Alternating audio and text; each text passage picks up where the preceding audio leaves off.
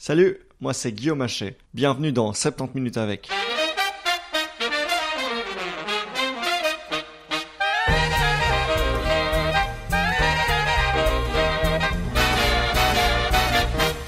Pour ce 5e épisode, j'ai passé 70 minutes avec mon ami Nicolas Roland. Jusqu'à cet été, Nicolas était chercheur en sciences de l'éducation à l'Université libre de Bruxelles, où il dirigeait l'unité ULB Podcast, qui est chargée d'accompagner les enseignants dans leur transition vers le numérique. Ensemble, on parle de l'enseignement en Belgique et de ses difficultés à évoluer et des solutions que le numérique peut éventuellement lui offrir. Bonne écoute! Et bonjour à tous, on est ici pour un nouvel épisode avec Nicolas Roland. Nicolas, salut! Bonjour. Tu es chercheur à l'ULB en sciences de l'éducation. Est-ce que tu peux expliquer à nos auditeurs ce que tu fais dans la vie? Donc oui, je suis chercheur en sciences de l'éducation. En tout cas, c'est ce qui est sur mon contrat. Alors la recherche, je la fais plutôt le soir et la nuit, mais ça, j'en parlerai après. Ce que je fais de mes journées, c'est que je dirige ULB Podcast, qui est la cellule d'innovation en pédagogie numérique à l'Université libre de Bruxelles. Et donc, on accompagne les enseignants de l'université, mais également des institutions publiques et privées extérieures, dans l'utilisation du numérique à des fins de formation ou d'éducation. C'est intéressant parce qu'on sait justement que le milieu de l'enseignement, l'institution scolaire, de manière générale, est plutôt à la traîne, plutôt inerte, plutôt statique pour toutes les questions de numérique ou même pour autre chose. Alors quand on prend une photographie globale du paysage, c'est ce qu'on voit. C'est que de manière générale, ça a l'air plutôt l'encéphalogramme plat. Il ne se passe pas beaucoup de choses. Mais aujourd'hui, je dirais que ce sont surtout des actions de personnes qui innovent dans leur coin et qu'on va aider, qu'on va soutenir. Et par nos actions également, on va évaluer leurs travaux, leurs idées, leurs innovations, évaluer les effets sur leurs étudiants pour essayer de passer les bonnes pratiques à d'autres enseignants. Donc certes, dans la photographie globale, on voit pas beaucoup de choses, mais il y a quand même beaucoup d'enseignants qui, au sein de leur classe, en primaire, en secondaire, dans le supérieur ou même dans des formateurs en entreprise qui innovent, qui utilisent le numérique. Et nous, on va juste les accompagner, leur donner plus de capacité à utiliser ce numérique pour un meilleur apprentissage de leurs apprenants, leurs étudiants. Et on va évaluer toutes leurs innovations pour voir celles qui ont le plus d'impact. Donc en t'écoutant, on a finalement l'impression que c'est plus des actions isolées de quelques innovateurs, quelques personnes qui cherchent à révolutionner le truc, mais à petite échelle, plus qu'une grande révolution qui est en train de se faire à l'échelle de tout le secteur. Malheureusement, oui. Alors, c'est en train de changer, mais je dirais que ce qui s'est passé jusqu'à aujourd'hui, et notamment dans l'enseignement obligatoire, c'est que l'argent qui a été mis par le pouvoir politique a été surtout proposé sur le matériel. C'est-à-dire qu'on a eu des plans cyberclasse, cyberécole, ensuite on a eu des tableaux blancs interactifs, des tablettes. Bref, il y a beaucoup d'argent qui est mis dans ce matériel. Ce matériel arrive dans les classes. Malheureusement, il y a très peu d'accompagnement des enseignants à l'utilisation de ce matériel, aux pratiques qui peuvent être plus efficaces dans l'utilisation de ce matériel. Et donc, ceux qui vont utiliser l'ensemble de ces outils, ce sont ceux qui se sentent capables de les utiliser. Et souvent, c'est un parcours qui est assez long. On a quelques enseignants qui ont des compétences, peut-être pas innées, mais qui, par un côté parfois geek, parfois technophile, maîtrisent rapidement les outils numériques. À côté de ça, c'est surtout des enseignants qui vont accepter de se former en formation continue, qui vont se former par différents canaux pour acquérir les compétences nécessaires à l'usage de ces outils. Et donc, ça prend vraiment du temps. Et malheureusement, la manière dont ça se passe, c'est que le matériel est mis, parfois sans concertation avec les enseignants, dans les différentes casquettes professionnelles que j'ai. L'une de celles-ci est d'être professeur invité dans une année de spécialisation qui forme des enseignants en fonction à l'usage des technologies. Et chaque année, on a des enseignants qui arrivent à notre soirée un peu porte ouverte où on explique tout le programme de cette année. Donc on a des enseignants qui arrivent en nous expliquant. Parti en mois de juin en vacances, j'avais mon tableau vert. Je suis revenu, j'ai dans le meilleur des cas un tableau vert, mais surtout j'ai un tableau blanc interactif et je ne sais pas comment l'utiliser, donc je viens me former chez vous. Donc vraiment des investissements sur le matériel, sur les outils à disposition des enseignants, mais pas sur leur emploi, sur comment c'est censé permettre un meilleur enseignement. Est-ce que cette situation-là, elle est spécifique à la Belgique francophone ou bien c'est quelque chose qu'on observe partout dans le monde? Est-ce que la Belgique est particulièrement à la traîne à ce niveau-là? Mais je dirais que de manière générale, on est à la traîne et on a le défaut de ne pas prendre exemple sur les pays qui sont en avance. Enfin, de les prendre pour exemple, mais pas tirer les bonnes conclusions, oui, par rapport à leurs expériences. Et on peut voir, par exemple, en Angleterre, dans le système scolaire anglais, ils ont équipé plus de 100% de leur classe de tableaux blancs interactifs. Quand je dis plus de 100%, c'est que parfois il y en avait plusieurs dans une classe. Ça a été vraiment un raz-de-marée. Finalement, ils en sont très vite revenus par tout un tas de raisons, les manques d'adoption, mais également des résultats qui n'étaient pas à la hauteur des attentes. Et finalement, de notre côté, ces dernières années, nous, on n'a pas pris ça comme expérience et on a équipé de notre côté les écoles en tableau blanc interactif. Ouais. Donc, c'est quelque chose... On peut peut-être juste rappeler à nos auditeurs, un tableau blanc interactif, c'est grosso modo une espèce de tableau où on va pouvoir projeter l'image d'un PC et c'est aussi un écran tactile où on va pouvoir dessiner par-dessus l'image qui est projetée. Et on va pouvoir dessiner beaucoup plus facilement, faire des recherches sur Internet, mais utiliser ses mains. Je dirais même que c'est presque comme une grande tablette qui est au mur et que l'enseignant et les élèves peuvent utiliser. Et donc ça coûte super cher. Ça coûte beaucoup plus cher qu'un tableau vert. Puisque tu évoques le sujet, j'ai envie de te poser la question. Je sais que la région bruxelloise est venue vers ULB Podcast pour avoir un rapport sur l'emploi des tableaux blancs interactifs dans les écoles et sur leur utilité. Je pense que tu as rendu ce rapport et que ça n'a pas été super bien reçu. Tu peux nous parler de cette expérience ? Alors d'abord parler des conclusions du rapport et finalement ça explique pas mal la situation aujourd'hui et le rapport parfois entre la recherche et le politique et même l'instrumentalisation parfois des actions par le politique. D'abord, donc, les conclusions. Dans les grandes lignes, ce qu'on a remarqué, c'est que malgré des investissements qui ont été importants par la ville de Bruxelles en matériel informatique, tableau blanc interactif, tablettes, etc., dans les écoles, on peut remarquer qu'il y a un usage qui reste très faible. Lorsque l'usage est présent, je dirais, quantitativement, c'est pour des activités qui sont peut-être pas de pauvre qualité, ce serait un grand mot, mais juste de substitution. On utilise le tableau blanc interactif comme on utilisait le tableau vert, sans utiliser les plus-values que ce tableau blanc interactif peut apporter. Donc voilà, des usages qui restent assez faibles, si ce n'est encore une fois, quelques fulgurances, quelques innovateurs au sein des écoles. Et un des résultats les plus marquants, c'est que seuls 10% des enseignants se sentaient capables d'utiliser le numérique dans les conditions actuelles, c'est-à-dire sans aucune formation et sans accompagnement. Au-delà de ça, 40% des enseignants se disaient capables normalement d'utiliser le numérique s'ils étaient accompagnés ou formés, et surtout 50% des enseignants se disaient se sentaient incapables d'utiliser le numérique même s'ils étaient formés et même s'ils étaient accompagnés. Donc c'est quand même un chiffre assez important. Fondamentalement limité, quoi, ils n'y arriveraient jamais, même si on les aidait.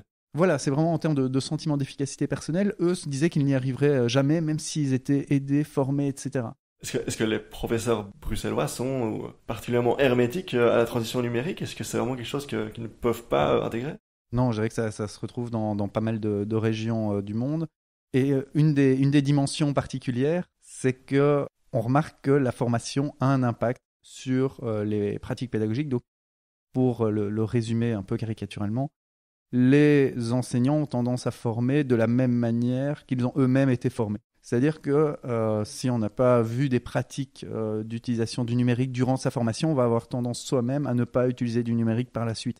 Et donc, il y a une sorte de cercle vicieux qui se retrouve... culture de l'émulation, en fait. Voilà, et un cercle vicieux qui se retrouve partout à ce niveau-là. Et donc, je reviens sur mon histoire avec le politique. Ces résultats n'étaient, selon nous, pas mauvais. Encore une fois, ils étaient assez similaires à ce qu'on peut retrouver dans d'autres régions du monde. Et pour moi, ils avaient aussi un apport social, c'est de dire, OK, on a ces résultats, qu'est-ce qu'on veut faire pour agir ? D'ailleurs, dans ce rapport, on a proposé des pistes d'action et des recommandations. Et donc, c'était pas en soi un mauvais rapport, mais la ville de Bruxelles a eu des difficultés quant aux résultats, a eu des difficultés à accepter ces résultats et voyait là-dedans un ratage, en quelque sorte. On a investi de l'argent et on n'a pas les résultats escomptés. Et ça se retrouve assez souvent dans les liens entre la recherche et leur bailleur de fonds. C'est le fait que les bailleurs de fonds attendent certains résultats et sont déçus s'ils n'ont pas ces résultats, et notamment lorsqu'on travaille autour de l'efficacité. Et je dirais, au-delà des bailleurs de fonds, ce qu'on peut remarquer, c'est que les étudiants eux-mêmes, lorsqu'ils ils sont dans leurs études de master en sciences de l'éducation et qu'ils font des hypothèses autour de l'efficacité d'une méthode pédagogique ou d'outils numériques, ils vont avoir tendance à se dire, j'espère que mon hypothèse sera vérifiée, que la méthode, l'outil, aura un impact significatif sur l'apprentissage.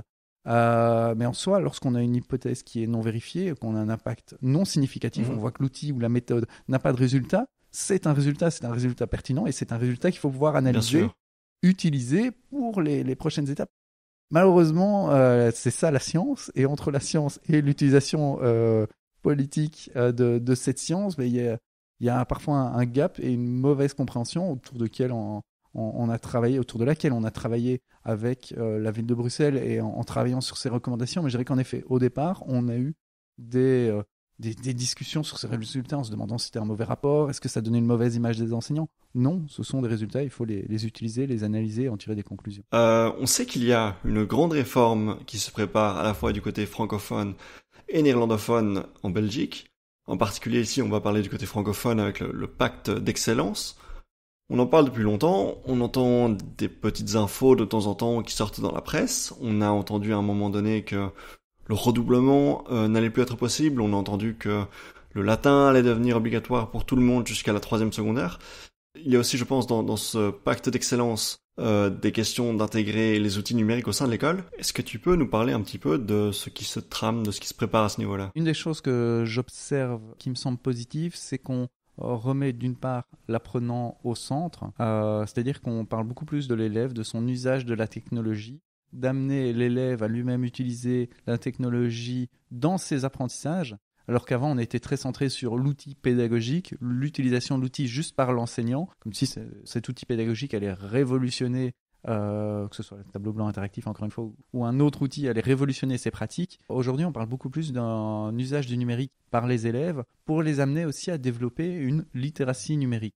Être capable d'utiliser les outils numériques, non pas uniquement en apprenant le code, la programmation, etc., mais également en utilisant ces outils numériques dans leurs différents cours, en apprenant à utiliser des outils numériques en français pour publier, donc en apprenant les manières de publier sur le web, etc. Et de manière plus transversale, quoi. Voilà, une utilisation transversale du numérique, pas cantonnée à un cours, mais bien à différents cours, et également une utilisation plus centrée sur les élèves, et également avec les enseignants, mais beaucoup plus centrée sur les élèves. Pour moi, ces dimensions-là sont importantes et sont un changement de paradigme, alors qu'avant, l'intégration du numérique était surtout centrée sur l'enseignant et le renforcement de l'enseignant. Autre chose qui se dégage, c'est une volonté d'avoir une sorte de seuil numérique minimum au sein de toutes les écoles, et plutôt que d'avoir ce qu'on a aujourd'hui, des écoles très bien équipées et d'autres écoles beaucoup moins bien équipées, que ce soit en termes de réseau internet, de matériel,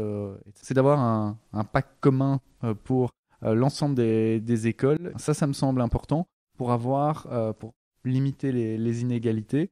Après, je dirais que ça reste une réforme très importante, ça reste une réforme qui a un processus vertueux au départ, c'est le processus de la concertation, c'est d'écouter l'ensemble des acteurs, c'est de travailler avec l'ensemble des acteurs, et on le sait, dans le monde de l'enseignement, les acteurs ont... Beaucoup de conservatisme. Notamment, mais j'allais dire, il y a aussi des acteurs qui ont plus de poids, il y a des acteurs qui voilà, n'acceptent pas nécessairement facilement de changer leur position, etc. Et donc à ce niveau-là, ça prend du temps, et j'ai l'impression, mais encore une fois c'est un avis plus personnel, mais que ce grand changement, ce grand pacte d'excellence se fera plutôt un ensemble de petites réformes plutôt qu'un changement qui va vraiment tout transcender. Mais quand je dis que ça va être un ensemble de réformes, et même si on le commence dans les prochains mois, prochaines années, il y a un ensemble de choses qui ne vont pas changer du jour au lendemain. Un allongement de la formation des enseignants.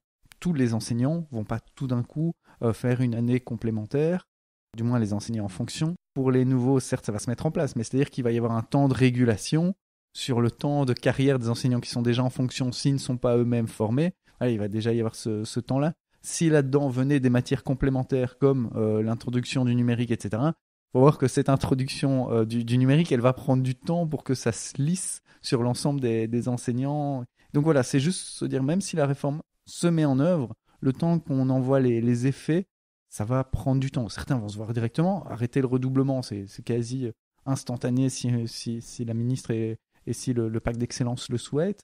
Maintenant, ça va pas. Enfin, au-delà d'un effet comme ça qui peut se faire quasi du jour au lendemain, il y a un ensemble d'autres actions qui vont prendre du temps, équiper de manière minimum les écoles. Ça va prendre du temps. Ouais.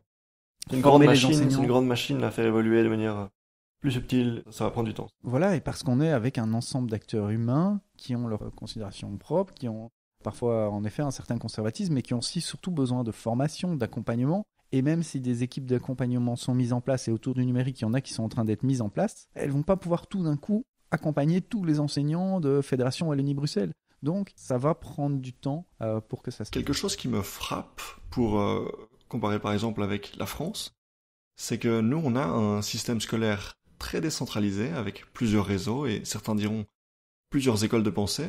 Alors qu'en France, ils ont vraiment le ministère de l'Éducation, le même examen, le même baccalauréat à passer dans toutes les écoles. Ici en Belgique, c'est beaucoup plus décentralisé. On a les écoles du réseau libre qui sont dans les faits en très grande majorité les écoles catholiques.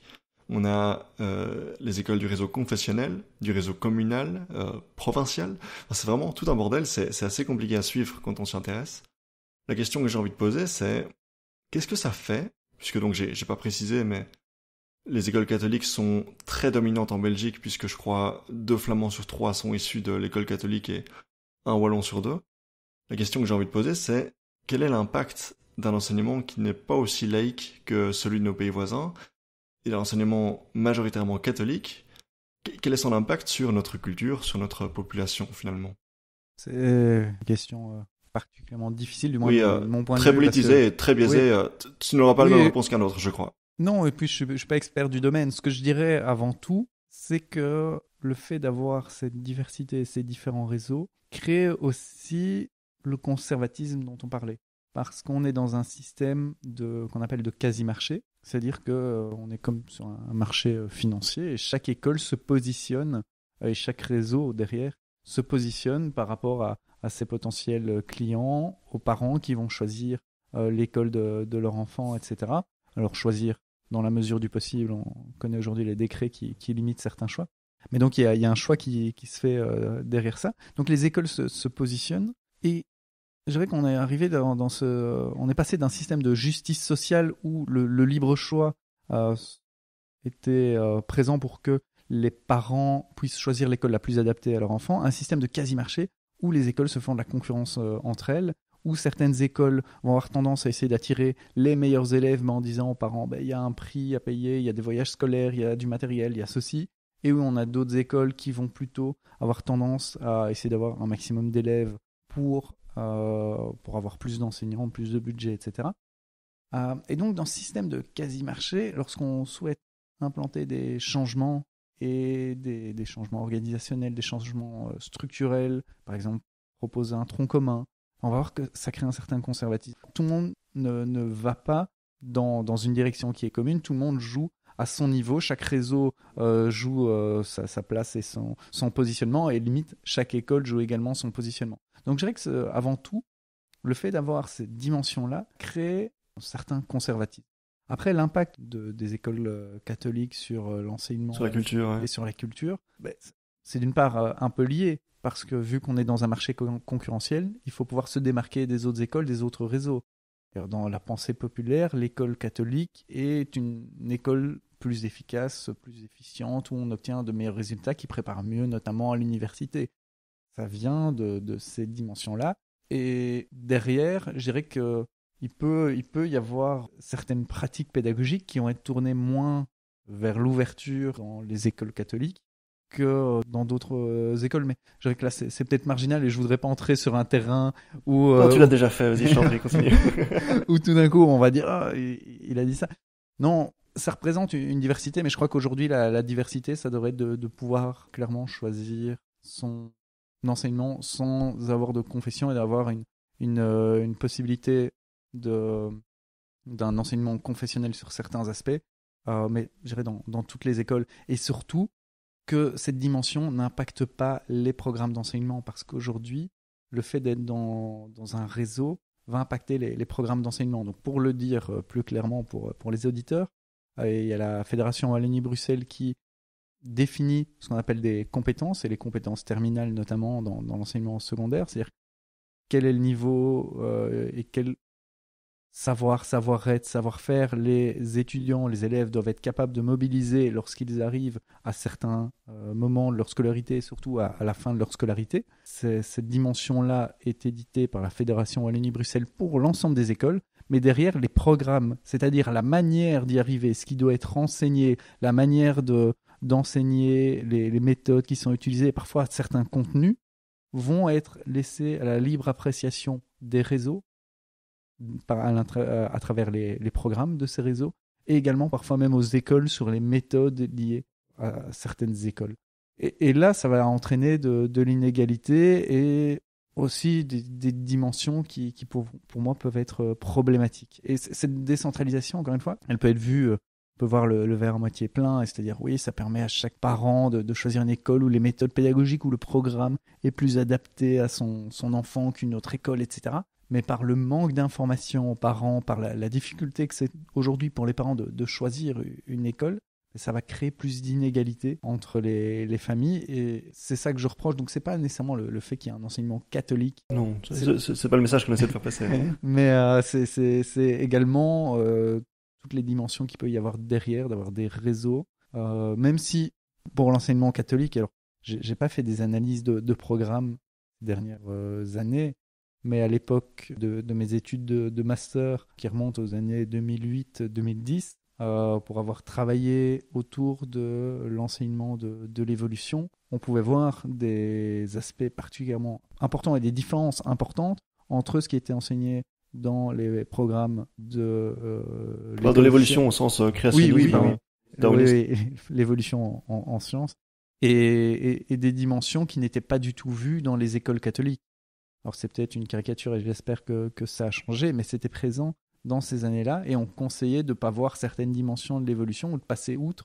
On conseillait, tu parles du... Le programme du réseau de l'enseignement libre confessionnel. C'est ça, le CEGEC, c'est ça? Oui. C'est ça, oui. Mais j'aimerais rebondir là-dessus, puisque on sait que dans l'enseignement, les manuels scolaires sont un outil très important, une plateforme très importante pour permettre aux enseignants de bien faire leur métier.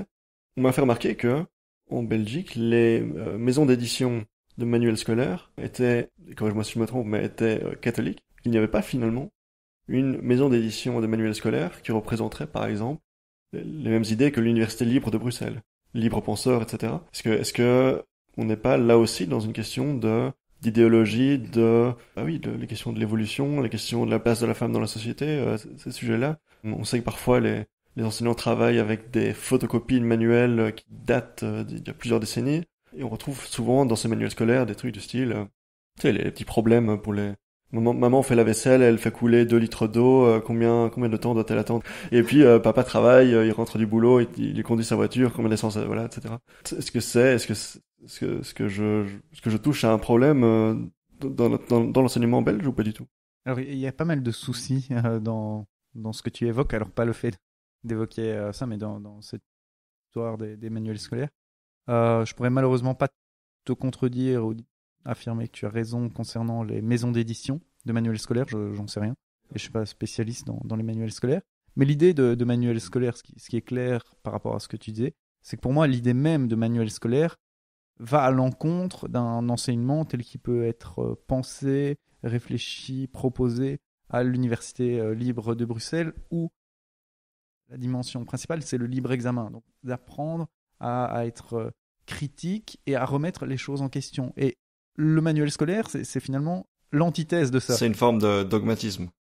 Oui, et de recettes de cuisine. De prêt-à-penser. Oui, de prêt-à-penser ou de prêt-à-enseigner. Et donc, c'est la dimension qui me pose problème dans le manuel scolaire, c'est que très souvent, c'est une recette à appliquer avec des exemples, des exercices, une manière d'expliquer la théorie, etc. Qui est forcément un petit peu biaisée, qui vient forcément d'une certaine façon de penser. Voilà, et donc qui est faite pour être reproduite. Oui, et donc il y a déjà des choix qui sont opérés dans les contenus, mais même ce qu'on appelle la transposition didactique, c'est-à-dire le passage d'un savoir savant, d'un savoir scientifique, en un savoir enseignable. Il y a tout un travail de transposition.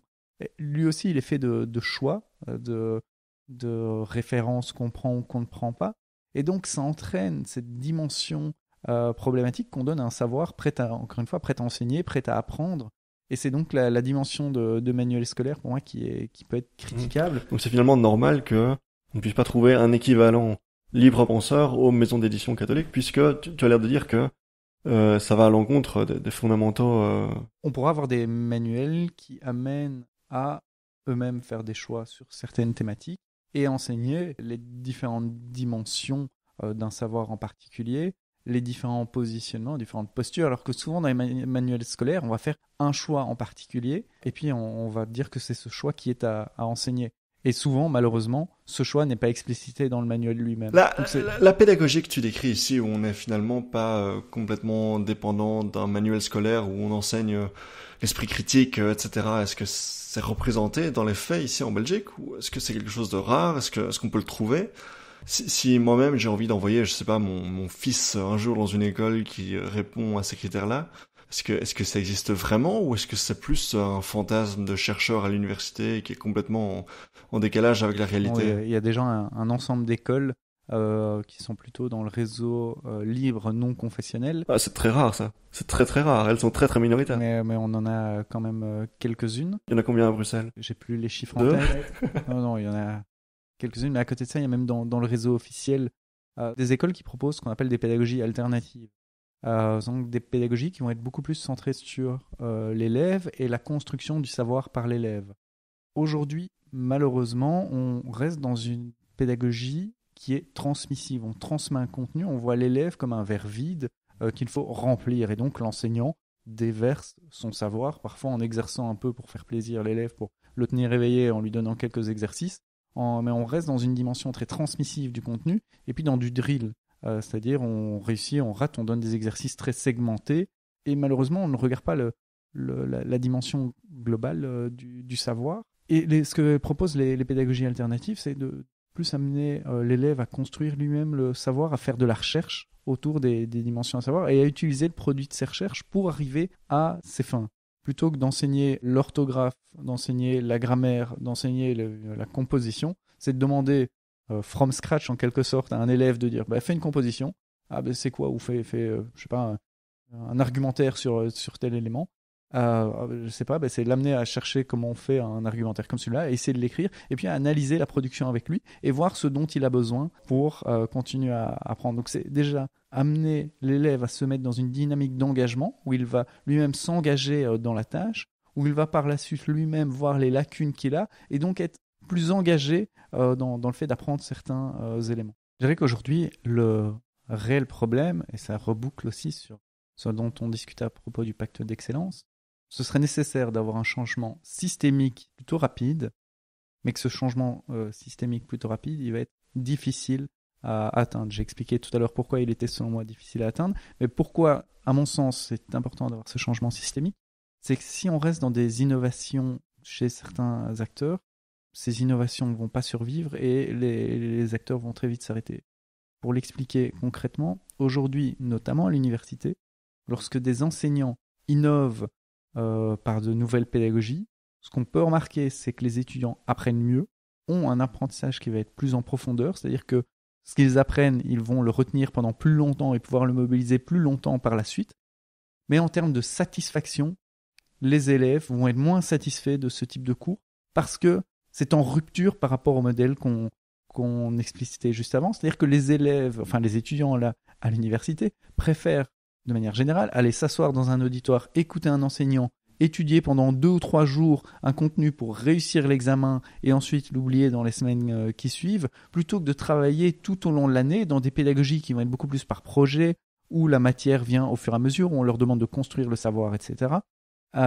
Et au final avoir un résultat qui va être le même au niveau des examens. Mais vu qu'on est dans un système où 1 à 2 enseignants dans une année réalisent ce type d'expérience, et même si on a des meilleurs résultats, les élèves eux, sont moins satisfaits. Donc c'est là où je dis qu'il faut un changement systémique.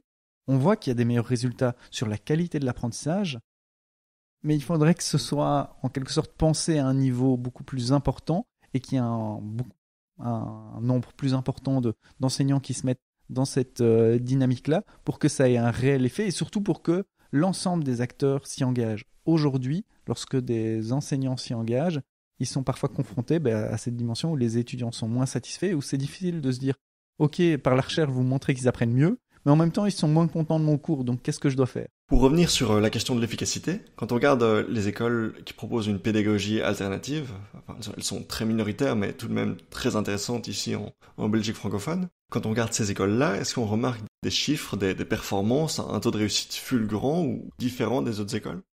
Encore une fois, dans la dimension de l'efficacité, le problème, c'est pas nécessairement le résultat. C'est les critères qu'on mesure. C'est les critères voilà, qu'on mesure. Quand on regarde des tests comme ceux même de PISA ou même les examens en Fédération Wallonie-Bruxelles, on a des choses qui sont très segmentées. Et c'est pour ça que c'est facile de faire ce qu'on appelle du bachotage, de préparer ses élèves à réussir des examens comme ceux-là, parce qu'en fait, on est dans une forme de drill. Et si on avait plutôt des questions problématiques, et des problèmes qui vont nécessiter, face à une situation nouvelle, à l'élève de mobiliser un ensemble de savoir, de savoir-faire, de savoir-être pour résoudre cette situation, plutôt que les mobiliser de manière morcelée, on peut là mesurer l'efficacité de ces pédagogies-là. Donc aujourd'hui, le souci, pour moi, c'est qu'on va essayer d'évaluer des pédagogies alternatives donc, qui amènent des élèves à mobiliser ces savoirs, savoir-faire, savoir-être, et qui, tout d'un coup, pourraient être confrontés à des examens ou à des manières de mesurer ça, où les savoirs sont décontextualisés, savoir-faire et le savoir-être eux-mêmes sont décontextualisés. Et là, c'est parfois ce qu'on va remarquer des élèves, notamment en arrivant à l'université, qui ont des difficultés pour réussir des examens de type questions à choix multiples. Alors que ces élèves ont l'habitude de mobiliser un savoir, d'aller chercher lorsqu'ils ne savent pas, de remettre les choses en question, etc. Tout d'un coup, on leur demande juste de recracher de la matière en fonction d'un ou deux mots qui changent, etc. Mais quand tu parles de cette logique de restitution, de recracher la matière, on revient un petit peu au problème de la culture de l'émulation dont on parlait tout à l'heure. Comment est-ce qu'on devient un professeur? En faisant exactement comme le professeur nous enseignait quand on était sur les bancs de l'école, etc. Si c'est comme ça qu'on a toujours fonctionné, par cette culture de l'émulation, de recracher, de restituer la matière, finalement la transition risque d'être très très très très lente.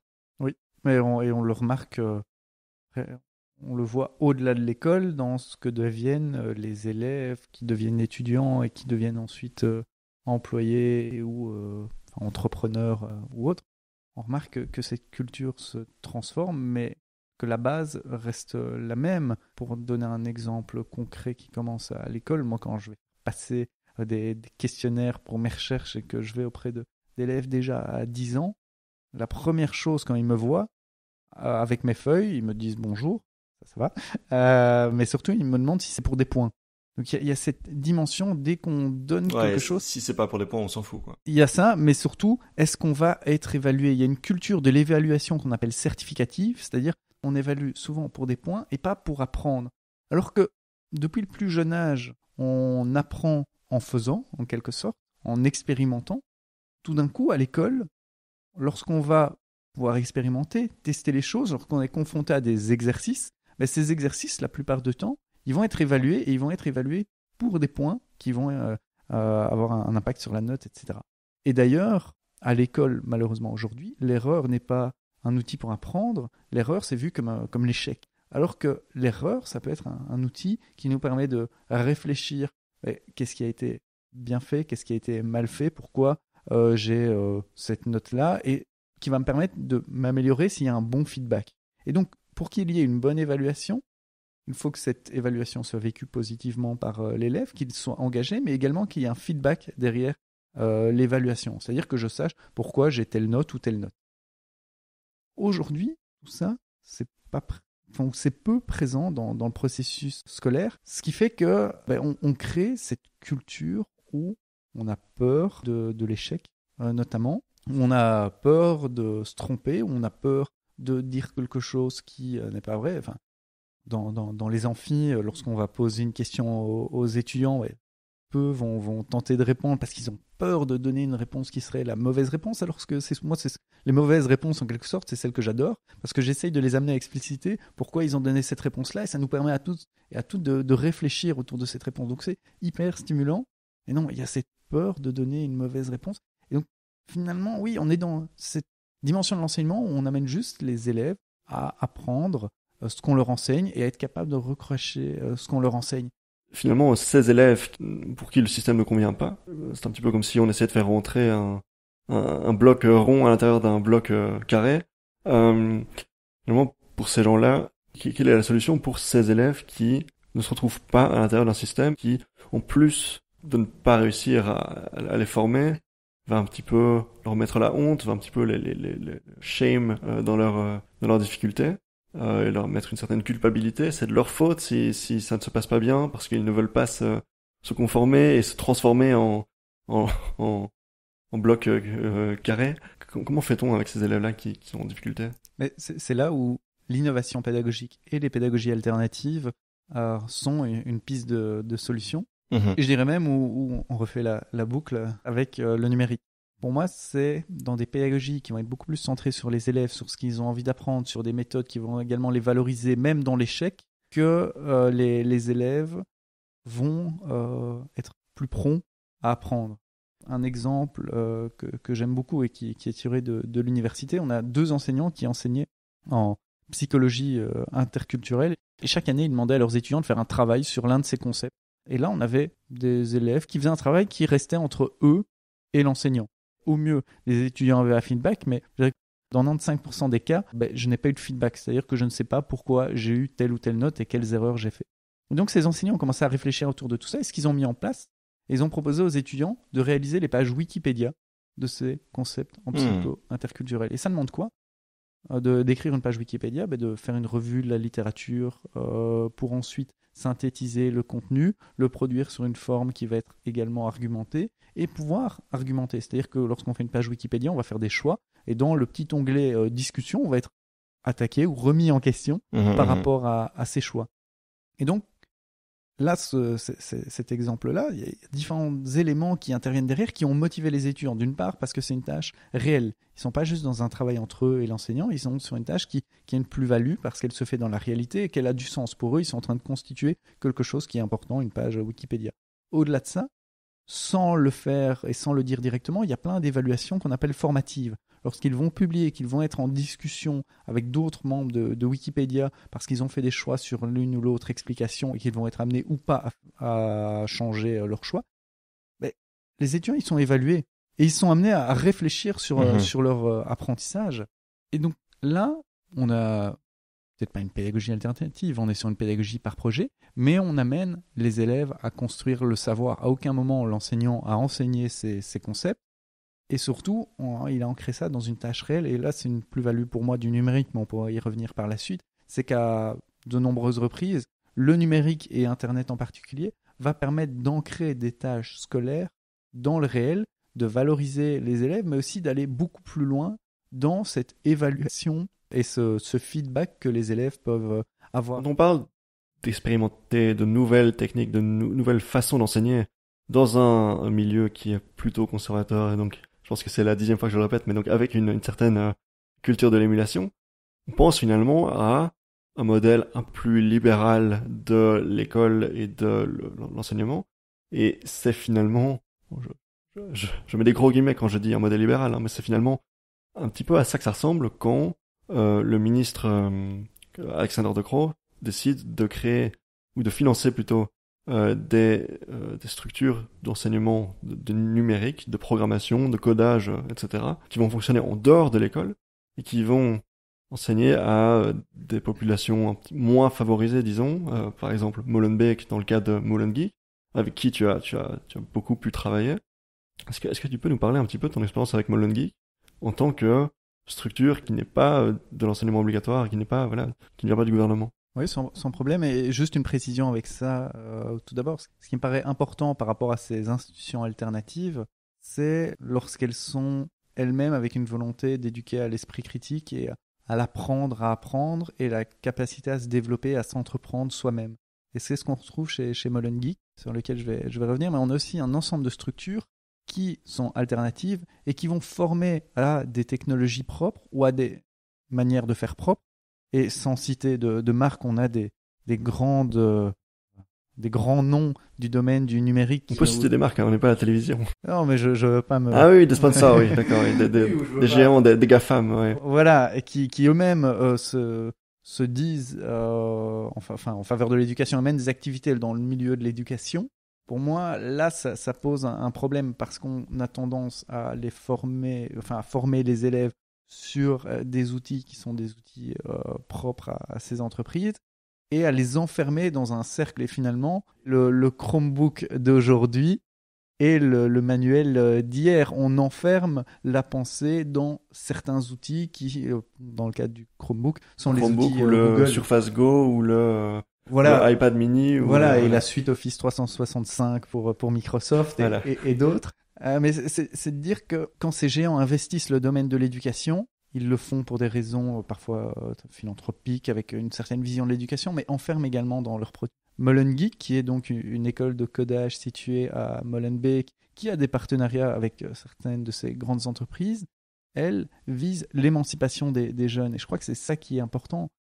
C'est qu'on peut retrouver chez Molengeek des pratiques qui sont très proches de l'entreprise, des pratiques pédagogiques qui tirent même appui sur ce qui se fait en entreprise, mais elles servent le développement du jeune. C'est-à-dire que ces jeunes qui ont entre 18 et 25 ans, qui ont 6 mois de formation autour du développement, ce qu'ils apprennent, c'est certes des connaissances informatiques, des langages de programmation, etc.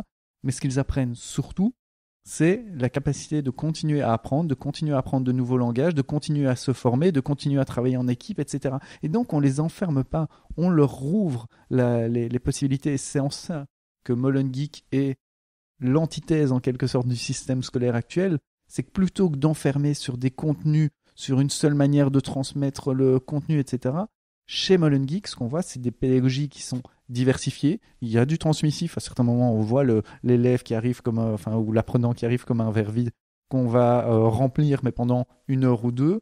Ensuite, on va lui proposer de travailler de manière collaborative. Ensuite, on va lui proposer de travailler sur un projet avec un client. Ensuite, il va devoir, s'il a certaines compétences en plus que ses condisciples, il va devoir expliquer ce qu'il a appris à ses condisciples. Et on voit que là, chez Molengeek, ce qui fonctionne, c'est la diversité des pédagogies et avec cet objectif d'émancipation des apprenants. Et ça, à mon sens, le système scolaire devrait pouvoir s'appuyer là-dessus, devrait pouvoir prendre ces pratiques-là. C'est ce que nous disait le ministre quand je l'ai interviewé, c'est que sa grande ambition, entre guillemets son rêve, c'est que le système scolaire classique tire des leçons de ce qui est possible via ces acteurs comme Molengeek, mais il y en a d'autres, Bicode, etc. Quand on me présente des choses comme ça, j'ai l'impression que ça ne va jamais arriver, il y en a un qui est complètement inerte, statique, et qui n'a pas envie de se remettre en question, qui est dans une culture de l'émulation, et il y en a un autre qui répond à ce problème et aux failles de ce modèle-là en proposant une alternative. Oui et non, dans le sens où je compare Molengeek à tous ces enseignants, ils sont quand même nombreux au sein des écoles primaires, secondaires ou en enseignement supérieur, qui font de l'innovation, qui tentent des choses, qui ont des pédagogies eux-mêmes qui sont alternatives et qui ont plutôt des pratiques de pédagogie active centrées sur l'apprenant, etc. C'est exactement la même chose. Ce sont des poches de résistance ou des poches d'innovation.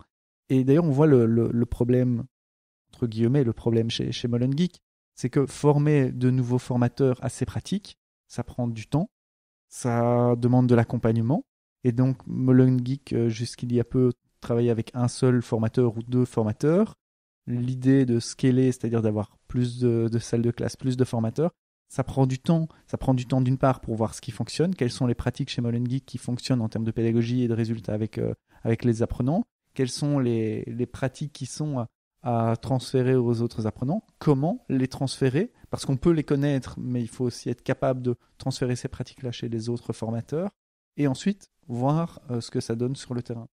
Donc Molengeek, certes ça fonctionne, mais c'est parce que c'est quelques personnes qui ont cette magie et cette capacité à innover, comme d'autres, comme des enseignants l'ont dans leur classe. Et on pourrait se dire, si on faisait de ces enseignants, si on le faisait partout dans les salles de classe, etc., ça fonctionnerait.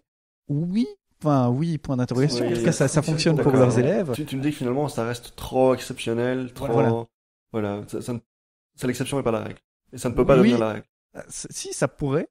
Mais je dirais que ça demande ce fameux processus qui est long. Et c'est là toute la schizophrénie qui en quelque sorte peut m'habiter. C'est de dire il faudrait un changement à la fois rapide et un peu radical en prenant certaines décisions et en formant, si possible, très vite, je ne sais malheureusement pas comment, à faire un changement qui amène à beaucoup plus de pédagogie active, centrée sur les apprenants avec beaucoup plus d'innovation autour du numérique notamment, mais également avec d'autres méthodes pédagogiques.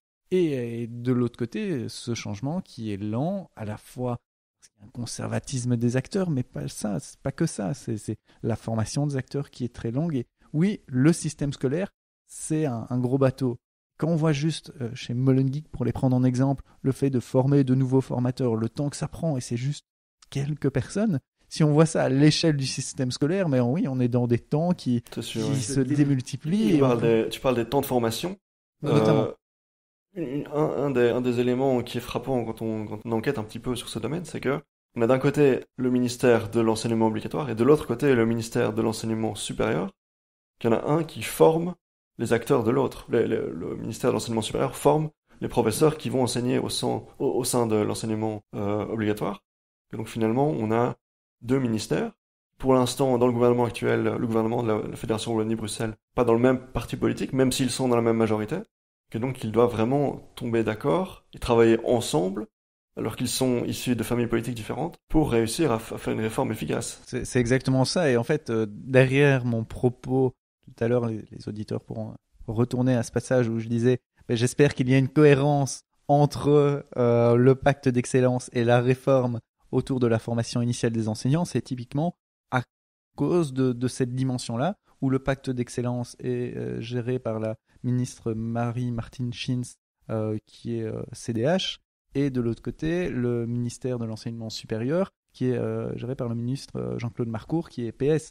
Et donc là, on a deux ministères gérés par deux partis politiques différents, des ministères qui sont parfois pas d'accord entre eux, et la formation initiale des enseignants, ça ferait près de 5 ans que des acteurs, voire même plus, mais au moins 5 ans, que des acteurs y travaillent, et on n'a pas encore de consensus établi. Alors, on dit toujours qu'on arrive au bout.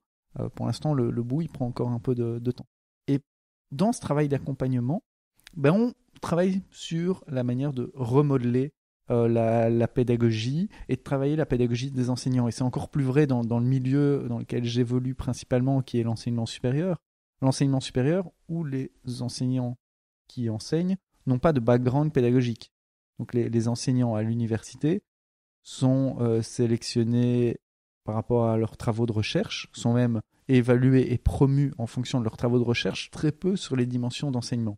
Les professeurs d'université sont donc avant tout des chercheurs et pas des professeurs. Voilà, et donc dans l'équipe que je dirige, l'utilisation et l'intégration du numérique, c'est aussi une manière pour travailler avec ces enseignants sur leurs cours, sur la manière dont ils enseignent, sur les problématiques qu'ils rencontrent au quotidien, de motivation de leurs élèves, de présence au cours de leurs étudiants, de manière d'enseigner à cette génération d'étudiants. Et donc le numérique, c'est un peu, comme je le disais, notre cheval de Troie pour amener les enseignants à se poser des questions sur la manière dont ils enseignent, sur les pratiques pédagogiques plus efficaces et sur celles qui vont favoriser de meilleurs apprentissages chez leurs élèves. Si on essaie de regarder l'aspect temporel, est-ce que tu penses que d'ici 2030, on aura des écoles où le numérique sera proprement intégré ? Je te demande pas de prédire la forme que ça prendra. Ça pourrait être du Bring Your Own Device, ça pourrait être des podcasts, ça pourrait être des tableaux blancs interactifs bien utilisés.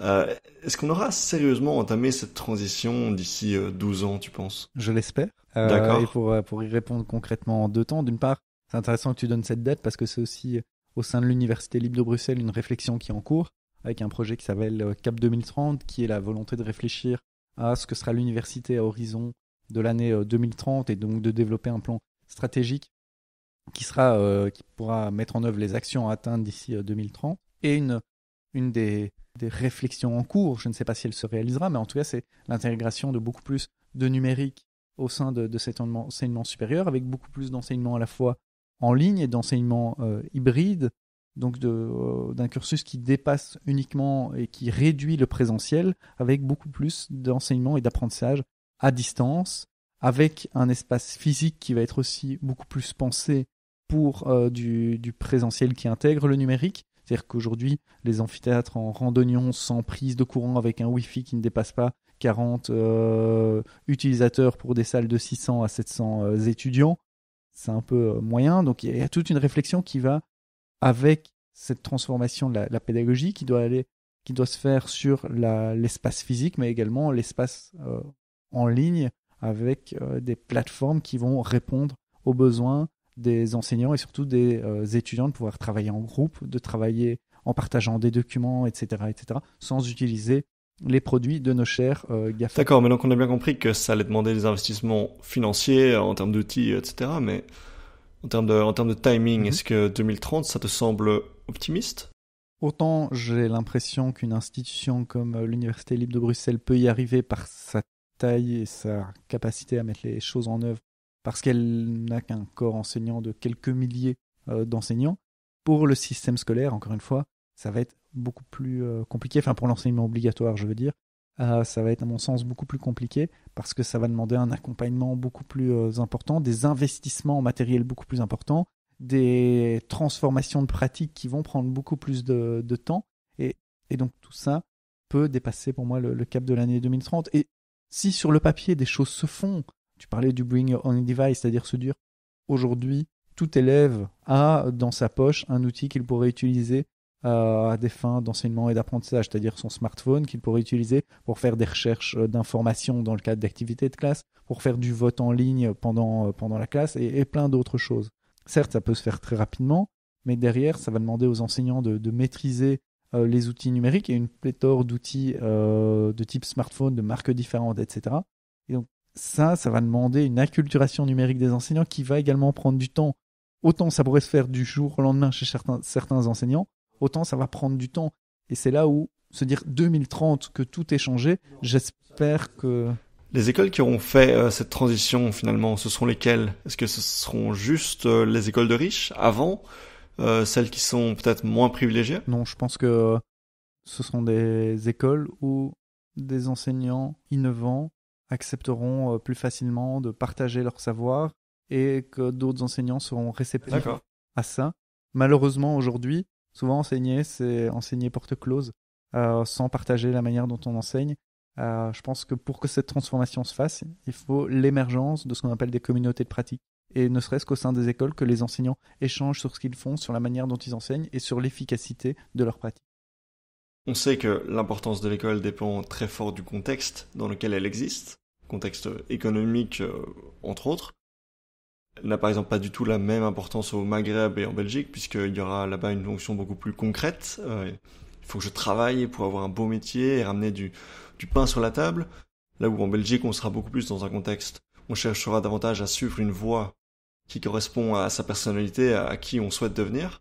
Dans un monde qui s'apprête à être complètement révolutionné par l'intelligence artificielle, où nombre de métiers dits simples vont disparaître. On pense aux comptables par exemple.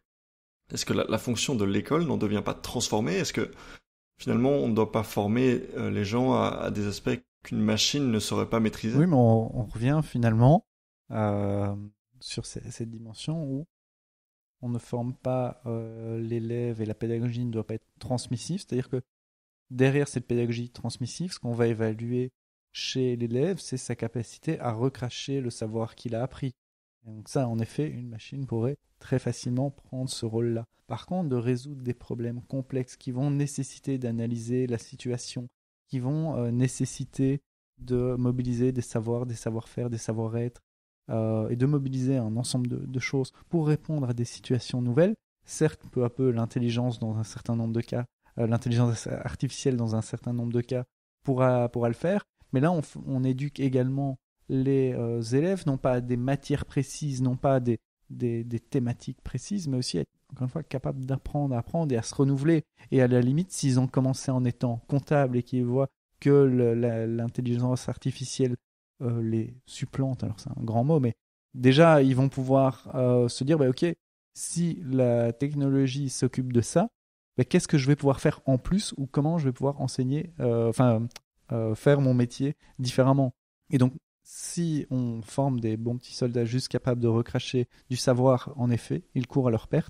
Si on les rend capables de continuer à apprendre, d'analyser la situation, de pouvoir en faire une estimation pertinente et de pouvoir créer de nouvelles connaissances, de pouvoir continuer à apprendre, là, on pourra s'appuyer sur cette intelligence artificielle pour en faire beaucoup plus. Donc finalement, la transition d'un enseignement de restitution à émettre une pensée critique, une méthode scientifique, ça me paraît assez essentiel, enfin, d'après ce que tu dis, face à l'arrivée de l'intelligence artificielle dans notre économie. Oui. Entièrement. J'ai envie de revenir justement sur cet aspect de restitution. Et alors bon, je fais une petite fixette, je suis désolé, mais est-ce que la Belgique est plus que les autres pays, que les autres cultures, dans ce mode de fonctionnement, de restitution, de recracher la matière? Est-ce qu'on est finalement comme les autres? Est-ce qu'on est différent à ce niveau-là? Je dirais qu'en tout cas, dans les pays qui nous entourent, et je pense notamment à la France, on est un peu comme eux, dans le sens où même si eux ont notamment une culture philosophique plus importante et on forme à l'argumentation et à l'analyse philosophique, on va voir qu'on forme à une méthode qu'on doit être capable d'appliquer à nouveau, etc. Et donc même dans cette idée d'esprit critique, c'est tout de même l'esprit critique dans une certaine démarche et avec une certaine méthode. Mais à côté de ça, certes, les pays du Nord sont souvent vus comme un Eldorado pédagogique.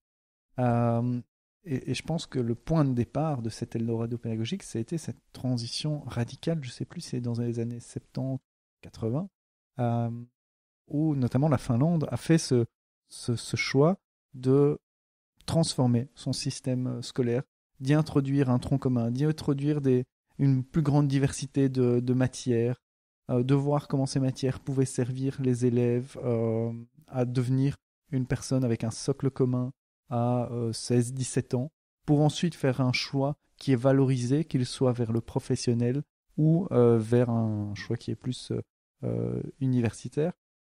Et donc c'est un choix, et c'est ce changement qui a été fait de manière radicale dont on pourrait s'inspirer. Je trouve que de manière générale, on a tendance à observer plutôt les impacts de ce choix, les changements, et à bêtement, entre guillemets, essayer de reproduire ce tronc commun, la manière dont ils font, la pédagogie, etc., et qu'on n'a pas assez observé la manière dont ils ont opéré cette transformation radicale, et que c'est plutôt là qu'on pourrait tirer de quoi faire notre propre transformation et inspirer plus que probablement le pacte d'excellence.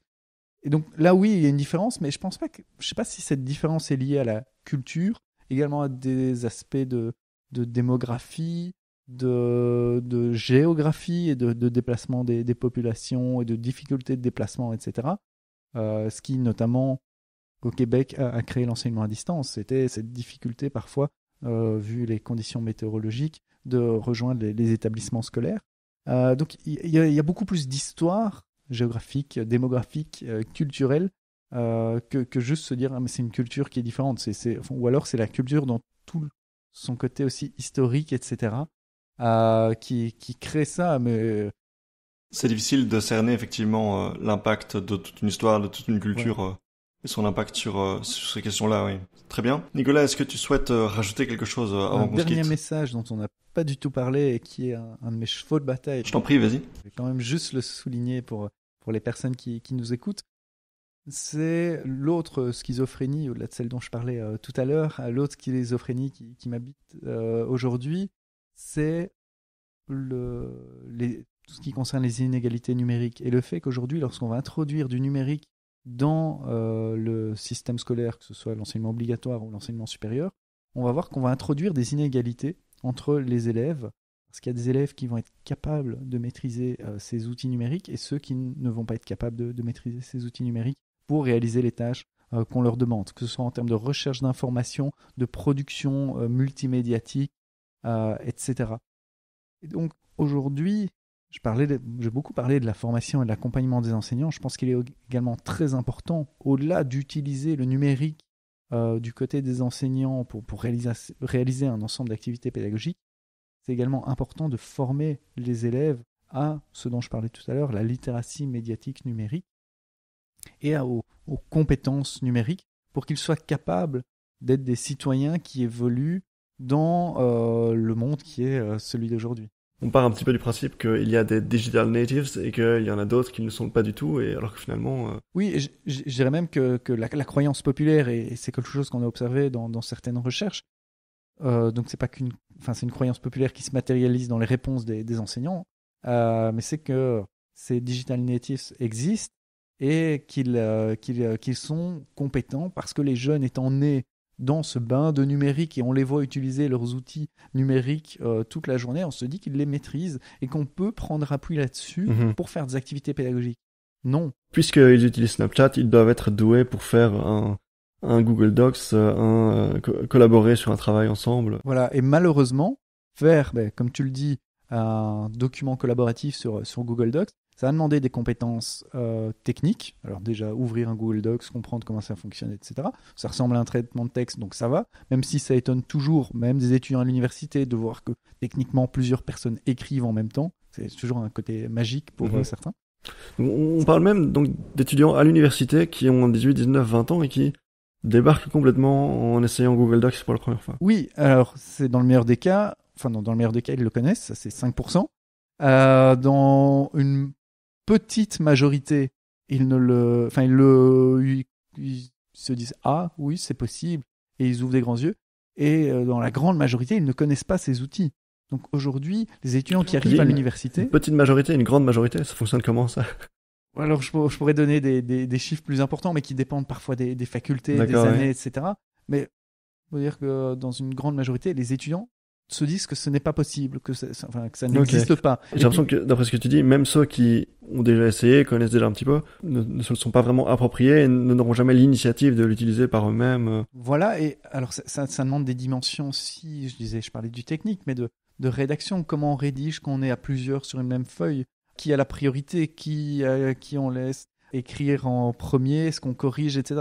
Ça demande des dimensions organisationnelles, etc., auxquelles les étudiants n'ont jamais pensé, auxquelles ils doivent faire face tout d'un coup, en maîtrisant aussi une dimension technique qu'ils ne comprennent pas nécessairement, avec des aspects de couleur, ou aussi de pouvoir réorganiser l'information dont ils ne prennent pas conscience parce qu'ils ne connaissent pas l'outil. Et donc c'est ça que ça pose comme problème. Au mieux, je dirais que les étudiants qui arrivent à l'université par rapport à cet outil-là, ils l'ont utilisé seuls pour réaliser un travail, et ils se disaient que ça avait l'air intéressant de faire ça sur Google Docs plutôt que de le faire sur Microsoft Word, mais ils n'ont pas utilisé les dimensions collaboratives, et ces dimensions collaboratives entraînent de nouvelles dimensions à nouveaux comprendre, usages, et il faut former les étudiants. D'accord. On a bien compris que un de tes grands chevaux de bataille, c'était la formation en numérique, de ne pas présumer qu'elle se fera par elle-même, de faire tant au niveau des étudiants et des élèves que du corps professoral et des enseignants. Également révolutionner un petit peu la pédagogie, ne pas faire que de la restitution, et aussi chercher à faire une méthode scientifique, une pensée critique, quelque chose d'un peu plus spontané, un peu plus personnel, plutôt que de juste recracher la matière. Très bien. Nicolas Roland, merci, c'était un plaisir. Merci à toi. Et on se retrouve bientôt pour un nouvel épisode. Bye bye.